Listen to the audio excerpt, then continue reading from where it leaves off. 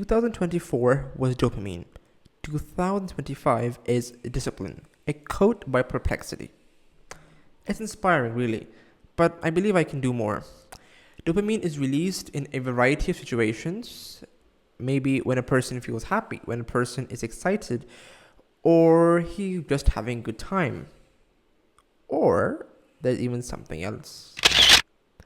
Welcome guys back to this video. Today I will be discussing about a very important cause for dopamine release.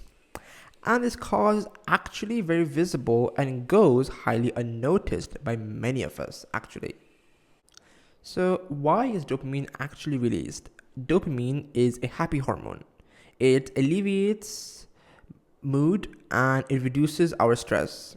It's released when a person experiences an event that brings him happiness, joy, or pleasure. Now, there are many things that brings a man pleasure, happiness. Maybe I have discovered or noticed one of those pleasure-causing causes. See, in 2003, BlackBerry released their new update. In that update, apps could give users real-time alerts. They call that the push notification. And from then, the word notification was introduced.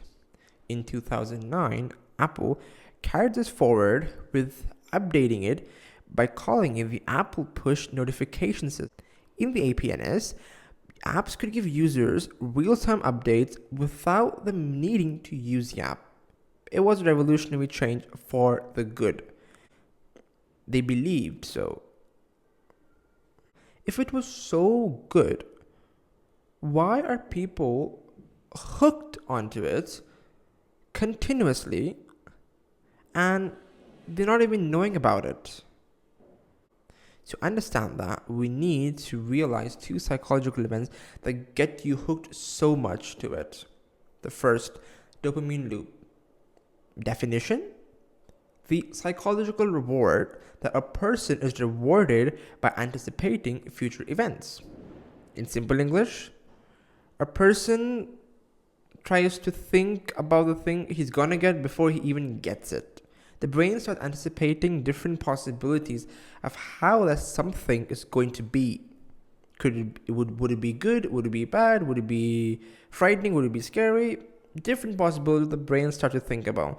Now that anticipation releases dopamine. The second theory, the variable reward schedule. In scientific terms, the unpredictability of the reward due to anticipation. It's basically the person tries to anticipate how the reward is going to look like. The variable reward schedule is highly similar to the dopamine loop and actually are very interconnected. Consider it like this: the variable reward schedule as the lock and the dopamine loop as the key for creating a sense of urgency.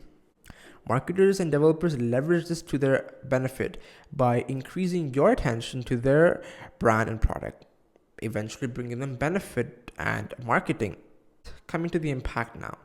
The impact of notifications is drastic. It seems that the age group of 13 to 17 years are mostly affected by notifications. They get easily distracted when a ping rings on their phone, which accounts for almost 72% of teens getting distracted by pings on their phone. That is basically notifications. So if you are one of those guys in the age group 13 to 17 years old, or a person who really wants to get rid of his notifications and phone addiction, thanks for waiting, because now I'm going to explain the 4 steps that you can use to kill your notification addiction. In this step, we need to cut out all the possible causes that can grab your attention. I mean, from banners to widgets to SMS alert for temporarily until we can find out what is essential, what is not essential. Everything needs to be blocked. I mean, everything. Now, once you've done this, we can move on to the next step. Now, staying disconnected completely is a big disadvantage, especially in today's era. But having essential connection is a big advantage. For this, we can use our phone's do not disturb mode if you are an Android user, or the focus mode on Apple if you're an iOS user. In settings, you can customize your do not disturb or focus mode to allow the people from who you want alerts from. Like in my phone, it's focus mode in iOS. I have customized my focus mode to allow alerts and calls from my parents, brother, close friends, and relatives. Now, this comes in handy, especially when you really need to do those focus study sessions, the focus work session. It helps a lot there. You're completely focused, no distraction whatsoever. Only essential people will call you, and you know that those essential people won't waste your time.